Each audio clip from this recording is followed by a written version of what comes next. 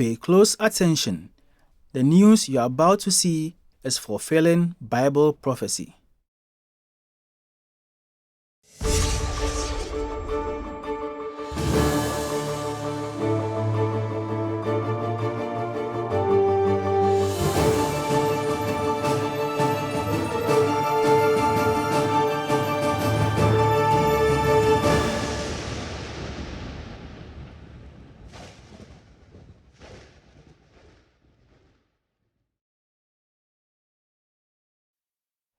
Welcome to another edition of YPN News, bringing you the news that relates to Bible prophecy and foretold by Yeshua Hawkins. Katan, we're going to talk about the latest in Ukraine and Russia with that war. Also, Poland and Belarus now at odds as one of them flew their helicopters over into their airspace, which is never very well received by the other country. And we also have a story about probably the first in its kind trying to quarantine some invasive insects and stop the spread that could also potentially affect our already fragile food supply. But first, we're going to talk about some more water drying up. A new study has revealed the Colorado River Basin is running dry. Now, according to the UCLA Department of Atmospheric and Oceanic Sciences, over the past 21 years, the Colorado River Basin has lost a total of 10 trillion gallons of water due to warming temperatures on the earth. Now, that enormous amount of water could fill Lake Mead back to its full capacity. Wow. Benjamin Bass, PhD at UCLA, was asked by NBC News how concerned he is by what he's seeing. Dr. Bass responded, quote, "I would say that this is a wake-up call in terms of climate change's impact on water availability from the Colorado Basin," end quote. When asked if Bass thought this crisis would get worse, he said yes. Well, overall, the Colorado River has seen a 10% decrease in its flow, which means 40 million people across 7 western states had a large reduction in their available water supply, which includes the drinking water as well as irrigation.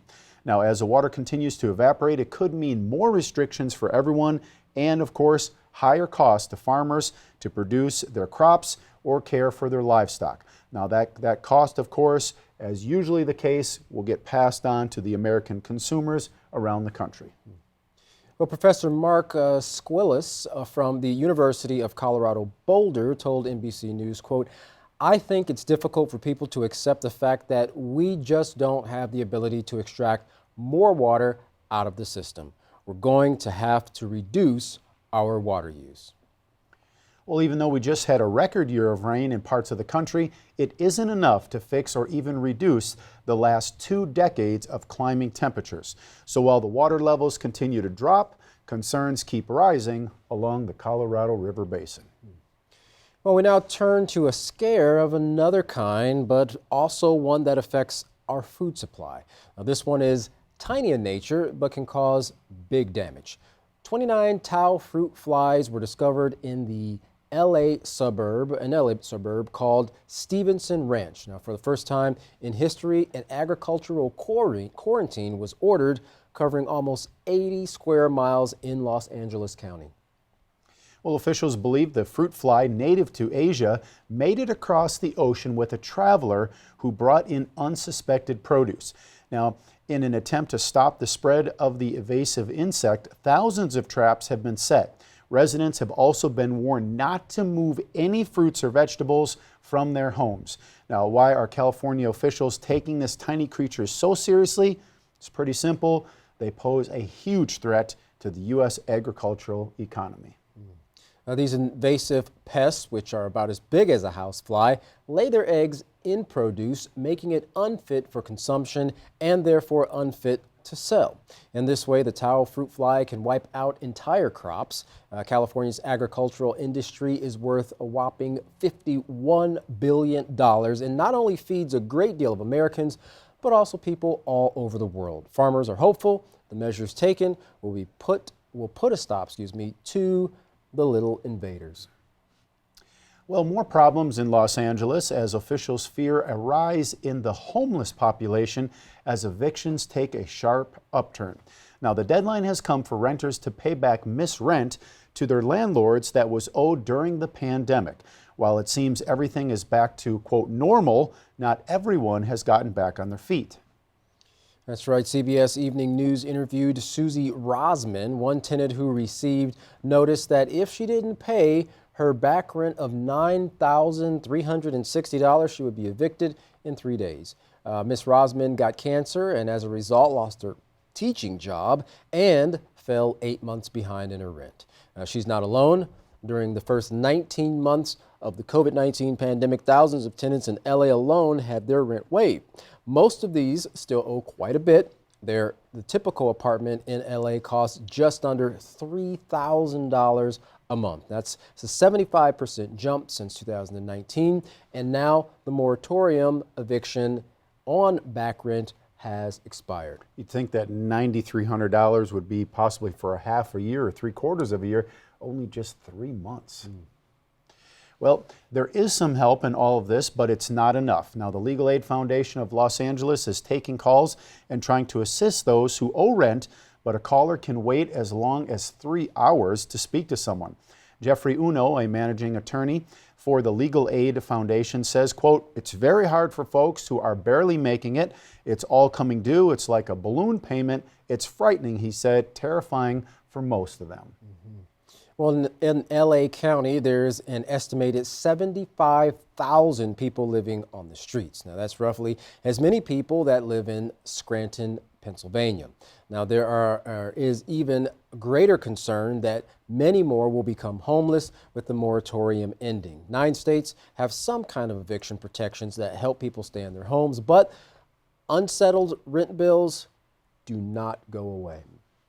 Well, $46 billion in federal aid has been approved to help the renters, but getting the money out to them is much more difficult. So far, only $3 billion of that 46 has gone out. Well, we're now going to turn it over to our field correspondent, Larry McGee, who has some information on the ongoing crisis at the southern border here of the United States, with some latest reports on some deaths taking place there and also some unrest that has taken place in the country of Niger. Larry, what do you have for us?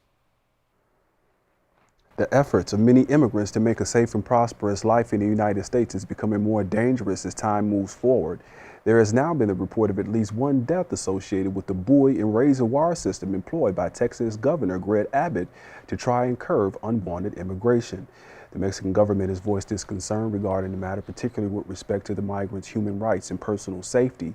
And added to this, there are reports that the Texas state troopers have once again begun resorting to separating families. The large influx of individuals arriving at America's doors and seeking citizenship is now being referred to as a crisis, one which New York City Mayor Eric Adams says is not going to get any better.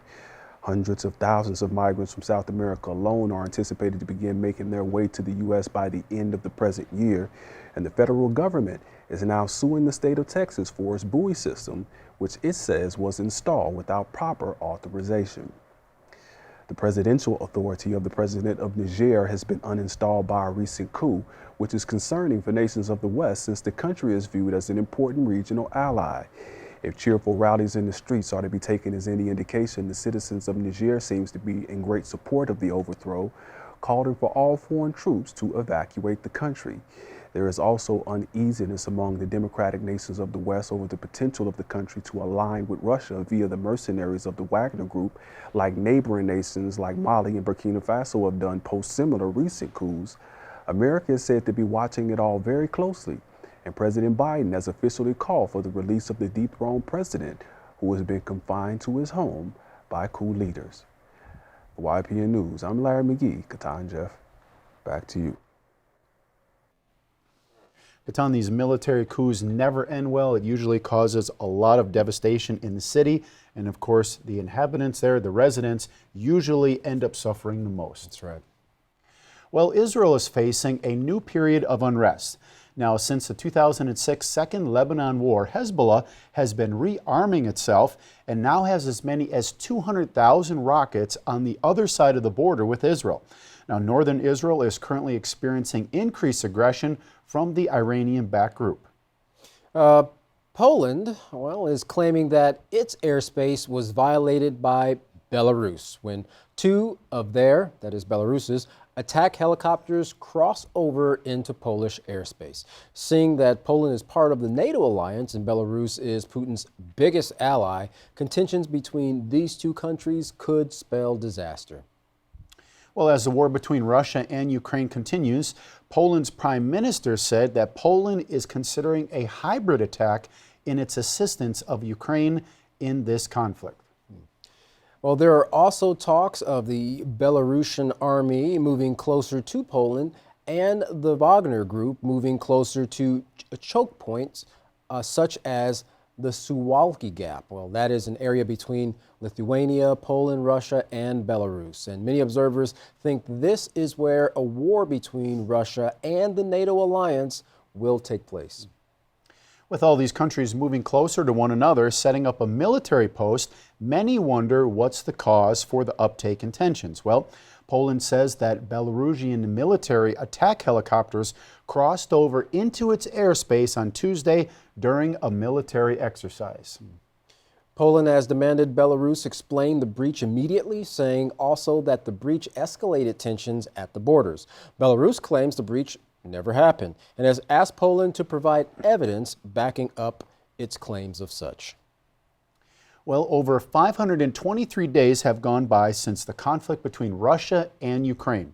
Now, 500 days too many for President Putin, who wanted this to be a special military operation.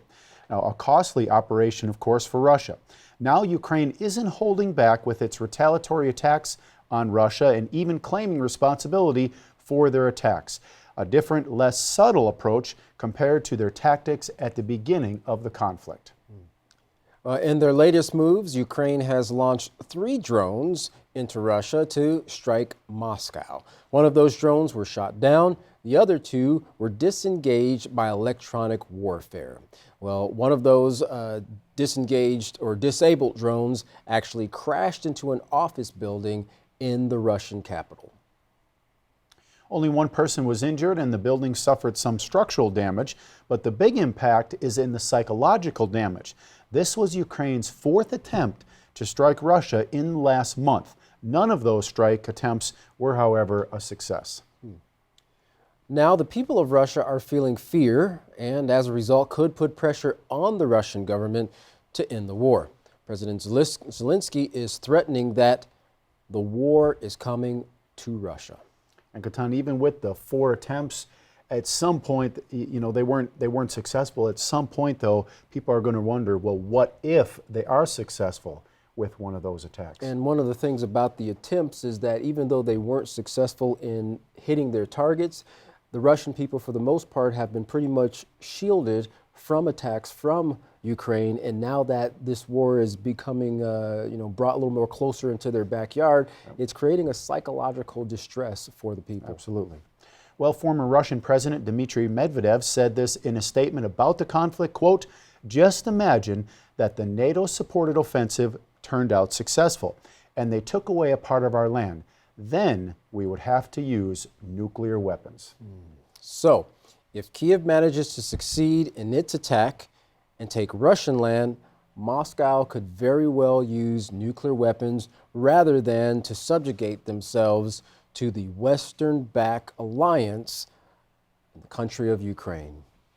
And that is pretty much something that they've mentioned in times past, that coming from actually President Putin in several of his speeches and even some of his top military leaders, that nuclear wars, the use of nuclear weapons is not something that is off the table. It is something that is very much in the forefront of their minds as a means of defense. Right, and you see that those 4 attempts, and now they make the statement that if they take away part of our land, that would be grounds for us to use a nuclear weapon. I mean, and we see Ukraine isn't backing down, so that's a very likely scenario to actually play all the way out that they would go ahead and use nuclear weapons. And Ukraine is feeling a lot more emboldened for the fact that they have so much backing with the NATO alliance and the United States, the Western countries, as they call it. Russia calls them the Western countries. And this, as we've mentioned before, is a war of morality. And Russia just does not want to subject themselves and their children to a lot of those ideologies which, they've seen has caused a lot of problems in many countries. Well, if you'd like to learn more about these stories, contact the House of Yahweh. When you do, don't forget to request your free copy of the monthly newsletter and the Prophetic Word magazine. Here's how. When you contact the House of Yahweh, you can write them at the House of Yahweh, P.O. Box 2498, Abilene, Texas 79604. You can also call them at 1-800-613-9494. You can visit them on any of their websites by going to Yahweh.com, YisraelHawkins.com, or Yahweh'sBranch.com. You can also visit our website by going to YPNnews.com. You can email the House of Yahweh at info@yahweh.com. And for all calls outside the United States, please dial the number on your screen. And as mentioned previously, don't forget the Yisrael Says and Ask Yisrael programs. You can find those online 24 hours a day, 7 days a week by going to YisraelSays.com and AskYisrael.com. Well, don't go anywhere. Up next is another classic sermon by Yisrael Hawkins. From all of us here at YPN News, I'm Katan Alexander. And I'm Jeffrey Hemmerman. Thank you for watching.